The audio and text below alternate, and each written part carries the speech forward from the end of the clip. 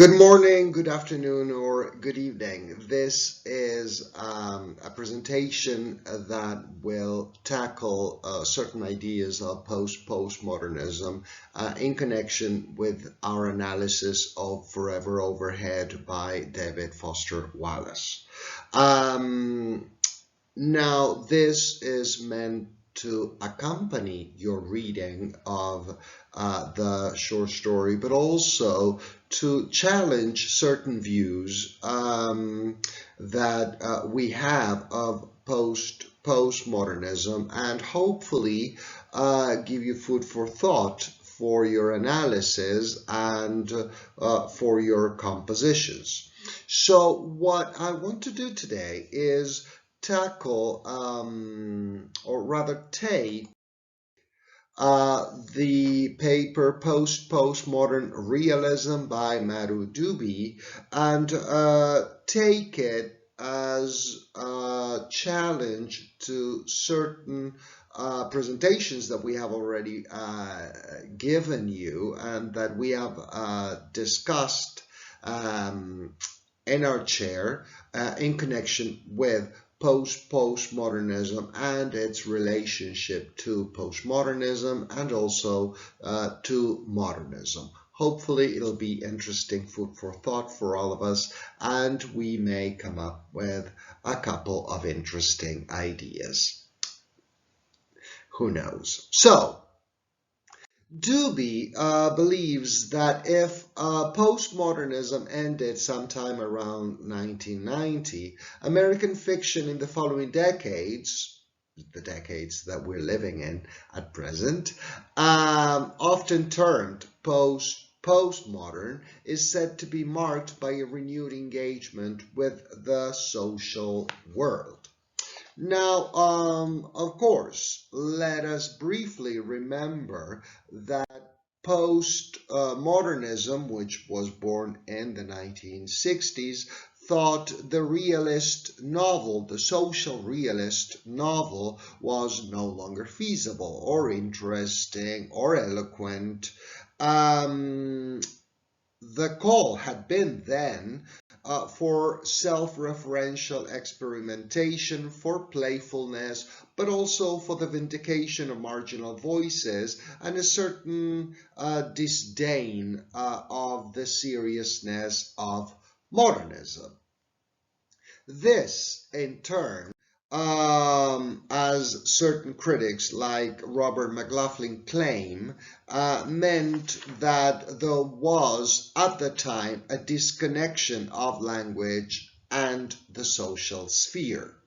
To quote McLaughlin, put simply, many of the fiction writers who have come on the scene since the 1980s seem to be responding to the perceived dead end of postmodernism, the dead end that has been reached because of postmodernism's detachment from the social world and immersion in a world of non-referential language. Its tendency, as one writer once put it to me, to disappear up its own asshole.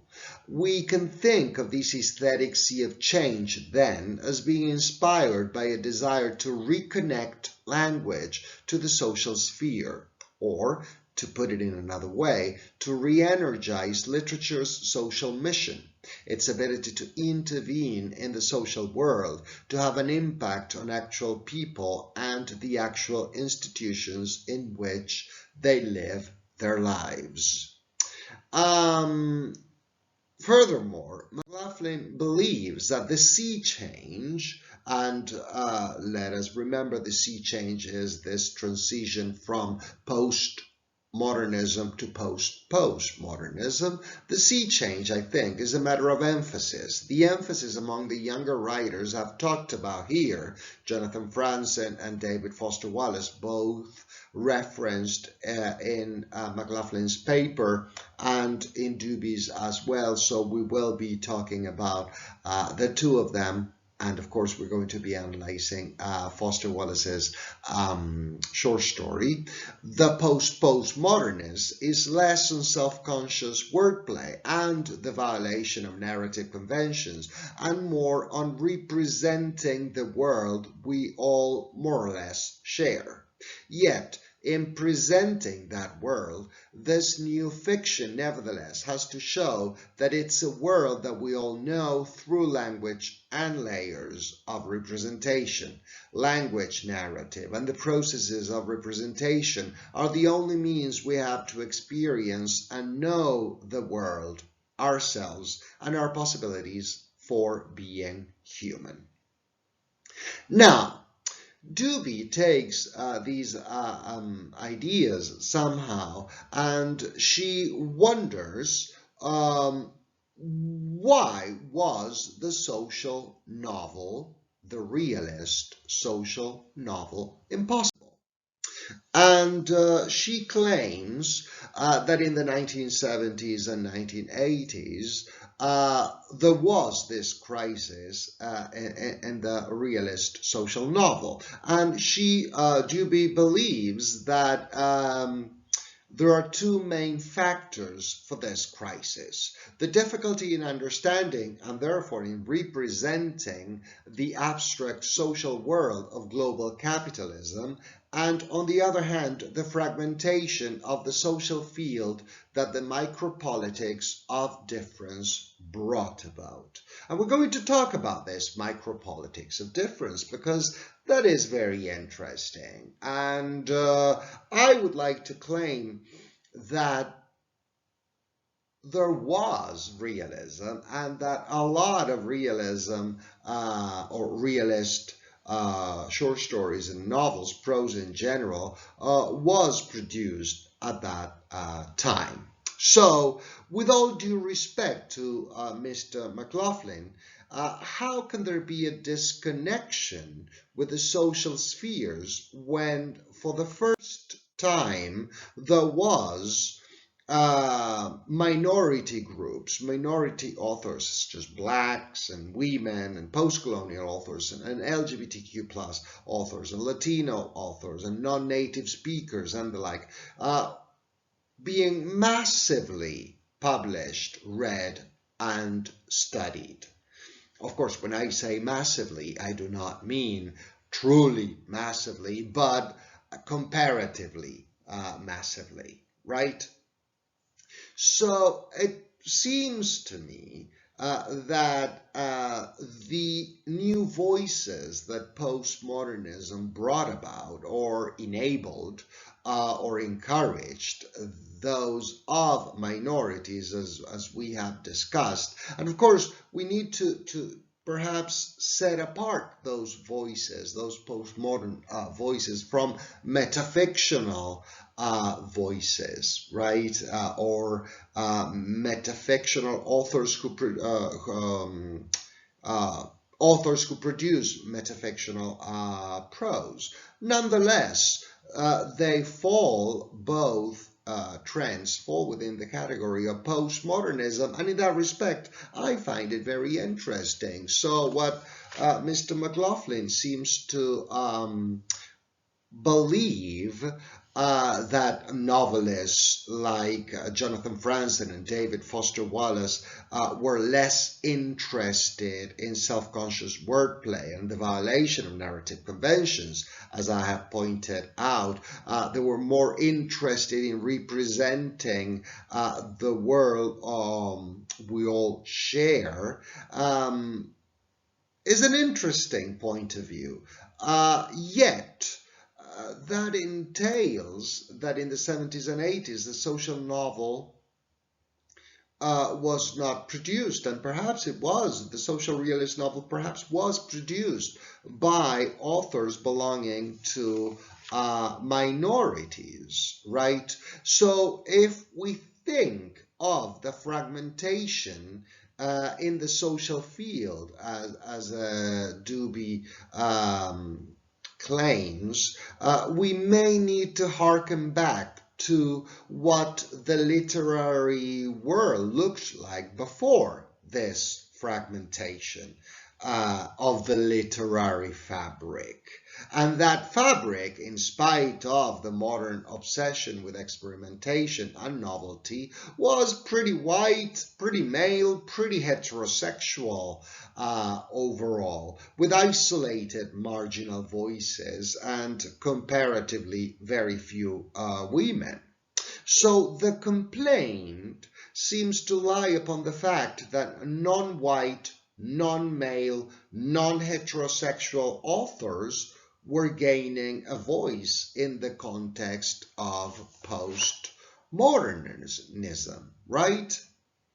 And I would like to point out that, for example, Jonathan Franzen has claimed that these authors derived, minority authors that is, derived their recognition from their membership in a tribe. And similarly, David Foster Wallace noted that tribal writers can write to and for their subculture about how the mainstream culture has alienated them. So, I don't see anything wrong with that. When you're a member of an historically relegated group, you name it, the former colonies, women, people of color, individuals, silenced because of their sexual orientation, speaking out and gaining a platform to condemn the system that has oppressed your group, your people for so long, well, that doesn't seem like such a bad thing, right? But then again, I have mentioned that in the broad panorama of postmodern writing, we have authors that sported metafictional techniques. But other authors, oftentimes minorities, chose a more traditional realist style that placed its focus on more political texts that denounced their plight. So in the context of postmodernism as the salvation for realist social narratives, I think that it is just an issue of white male heterosexual people complaining that they are no longer read. Or at least we could claim that. In this sense, I do agree with Wendy Steiner, who somehow pits one form of postmodernism against the other, right? The referential, high experimental style, think metafiction, epitomized by white male writers such as Thomas Pynchon or John Barth, and the realist aesthetic of socially demarcated groups. Think the literature coming from the margins. So on the one hand, in postmodernism, you had two strands, if you will, the metafictional or historiographical metafictional authors and the minority authors also sometimes using those techniques, but at the same time or at other times referring or using modern techniques or even social realist techniques. So, Dewey believes that this politics proved to be immensely an immensely enabling condition of aesthetic possibility for a wide range of African American, Asian American, Latino, Latina, or Native American novelists who deployed various forms of marvelous and fabulous realism to render racial or ethnic cultural specificity. And it is interesting that these authors, all these tribes, as both Franzen and Foster Wallace claim they are completely overlooked by these very contemporary postmodern authors, right? What are they really after?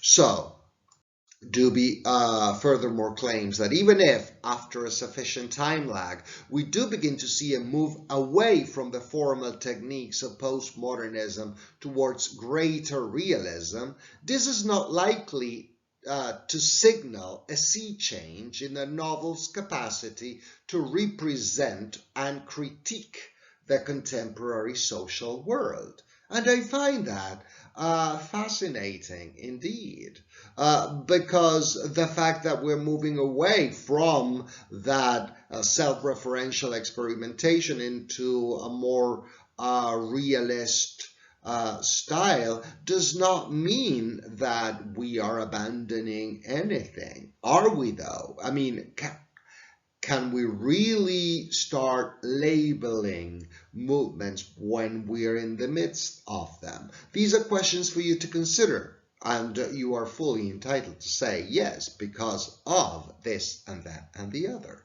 And I find that interesting indeed. Indeed. But dismissing an author's worth due to their non-hegemonic background dangerously reminds us of neo-imperialist stances, right? So if we think of the writing from the margins, the socially demarcated groups is the form in which we understand the postmodern politics of difference, right? And some authors claim that there is a crisis in the social novel, but perhaps there's overlooking of what these groups are putting forth, right? Dubé believes that this politics has enabled the aesthetics of different aesthetic possibilities, right? And postmodernism has done this. This is not a defense of postmodernism, but rather a claim to step back and perhaps wait what happens, right? And as proof of that, think that in 2010, Time magazine hailed Jonathan Franzen as a great American novelist, Franzen, whom we talked about a second ago. In the interview for the article on him, Lev Grossman, who is very, very white, points out that Franzen looks in that interview nervous, and the journalist wonders if that may be because he is going to, or he has made the cover of such an important magazine, right? Time magazine. Just as Grossman says, J.D. Salinger and Vladimir Nabokov, Toni Morrison, and twice each, James Joyce and John Updike. Now, if you think of it, notice this, just saying, right? Six. Counting, not counting Franzen, but 7 if we count Franzen covers with white men, and only 1 with a black woman, Toni Morrison, right? So this article presents a number of ideas that I personally find unsettling. There you have Mr. Grossman, very white, lovely glasses. Franzen, Grossman, these are quotes from his article.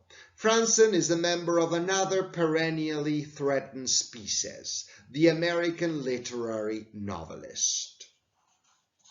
In a lot of ways, Freedom, the novel that was coming out on occasion of this article looks more like a 19th century novel than a 21st century one. And that is something that we have studied that may be a feature of postmodernism, right? Harkening back to that Victorian style. Right? Franzen remains a devotee of the wide shot, the all-embracing way we live now novel. In that sense, he is a throwback, practically to Victorian. And Grossman says Victorian, I very well would say colonial times, right? So is this somehow a longing for better times when minorities would not write, when women would not write, when the colonies would be in full force all over the world, right? Freedom isn't about a subculture. It's about the culture. It's not a microcosm, it's a cosm. Now, I find that interesting. So it's not about a subculture, it's about the culture. What culture would that be? The very white culture that Mr. Grossman and Franzen perhaps represent? So this takes us to Dubie's conclusion of her article. Given that the material conditions that gave rise to postmodernism still pertain and, if anything, have intensified, the problem that postmodernism posed for the social novel, the challenge of mapping a new form of social totality, cannot be solved on formal grounds by reviving narrative realism.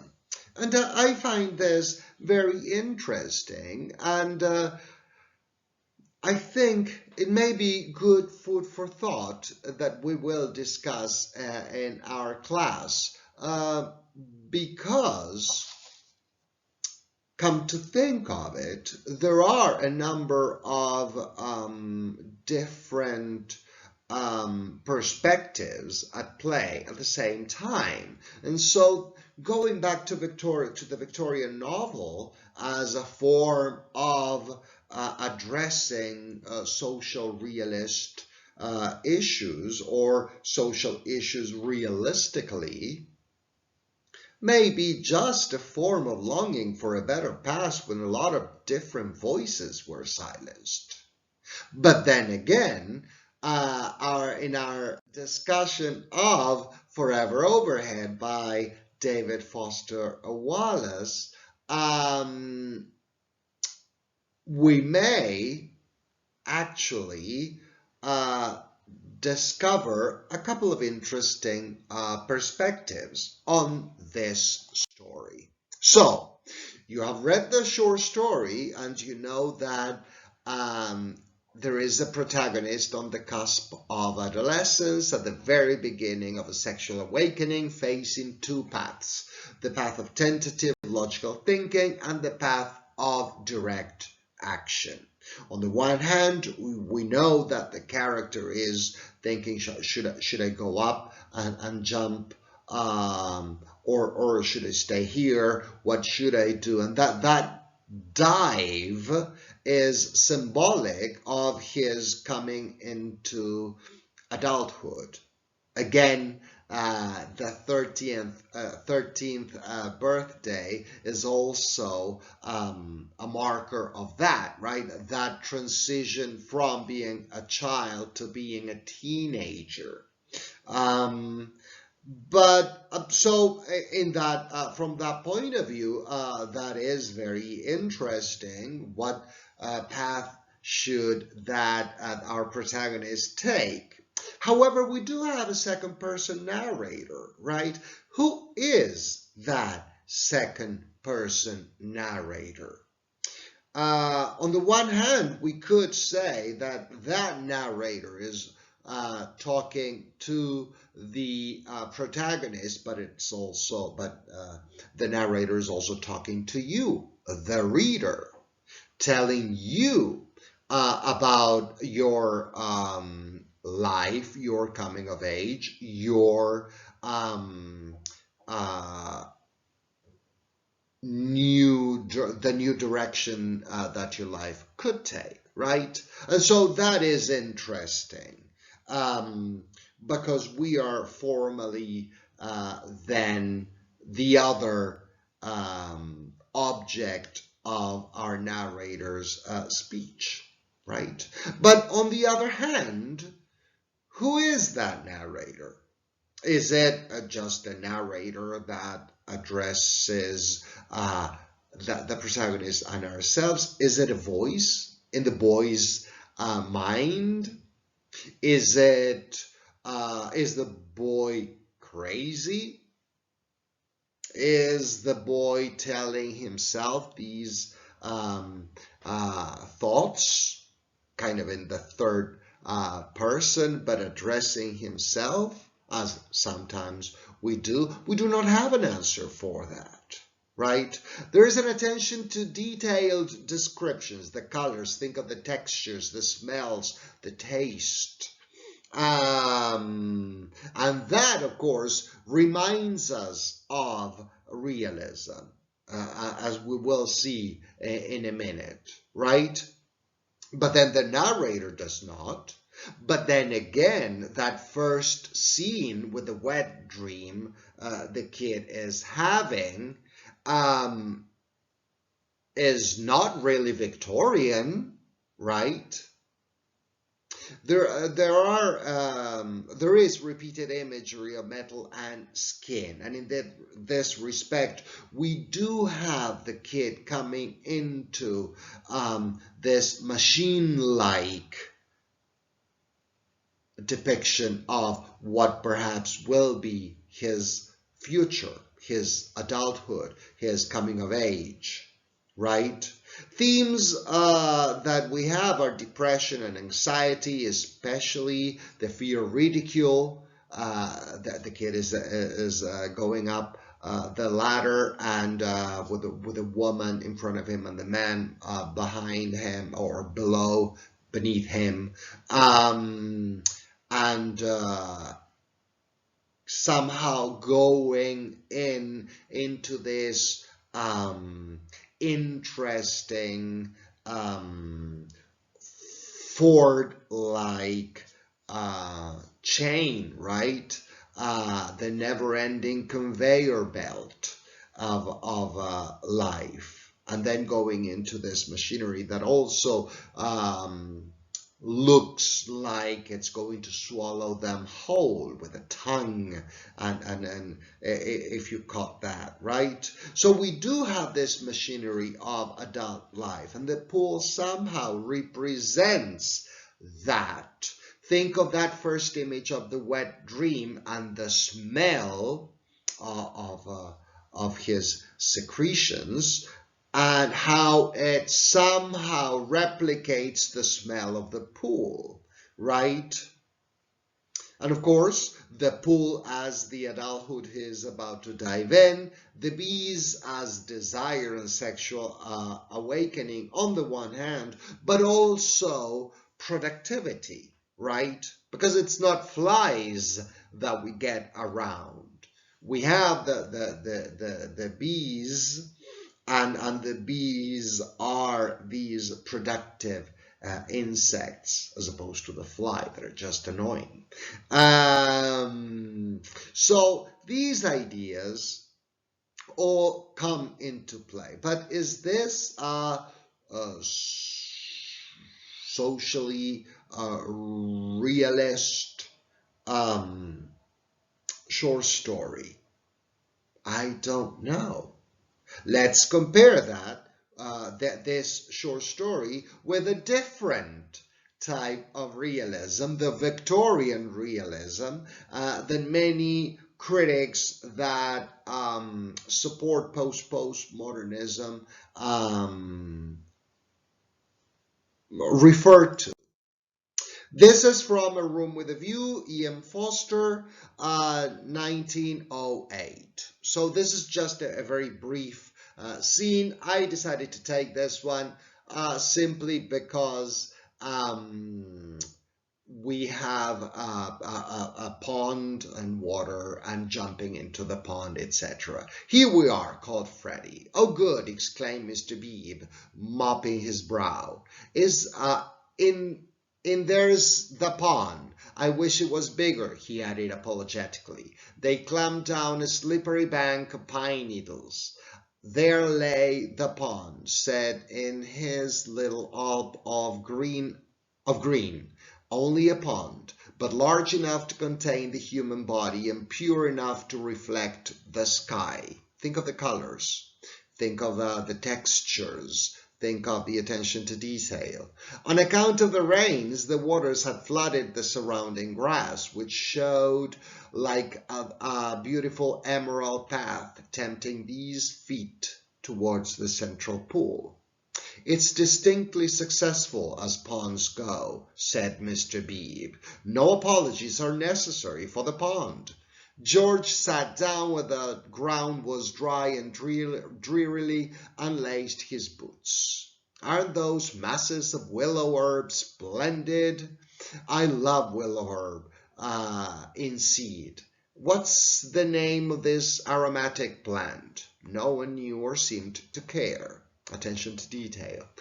These abrupt changes of vegetation, this little spongeous tract of water plants on either side of it, all the growths are tough or brittle. Hearken, bracken, herds, pines. Very charming, very charming. Mr. Beebe, aren't you bathing? Called Freddy as he stripped himself. Mr. Beebe thought he was not. Water's wonderful, cried Freddy, prancing in.